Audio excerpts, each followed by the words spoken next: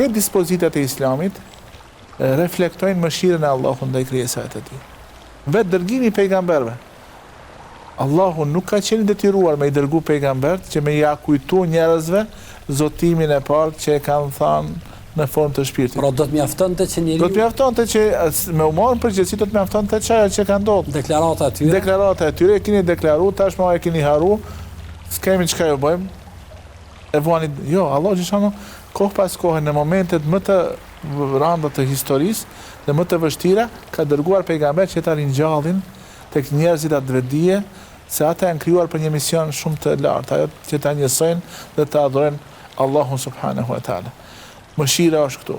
Domethënë, po ashtu nëse shikojmë dispozitat, aty shfaqet edhe dashuria e Allahut për robërit e tij. Allahu i don ata.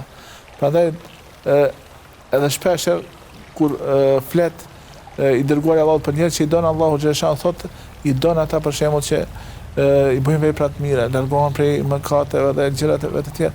Dhe këtu është në këtë dispozitat a nuk është kjo nëse Allahu subhanahu taala, nëse shikojmë në shumicën e ajeteve Allahu njerëzve kur t'ju drejtohet logjikës së tij, arsyes së tij, po ashtu në disa raste edhe emocioneve.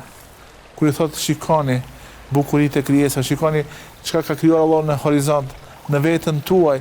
Kjo është një lloj motivimi i emocionit, edhe emocional tek njeriu që ta shikojë çka më të bëne. Jom të jetu në këtë botë në cilën ka kriju Zoti, nuk ka pas nevojë për mua. Edhe nga mëshira e tij ndaj neve dhe nga rahmeti i tij ndaj neve ka dërguar pejgamber, na ka treguar edhe shenjat të madhërisë së tij edhe në horizont, në gjithësi, në univers. Pse unë mos të ndalem pakës ta shikoj se çfarë përgatis unë për ardhmërinë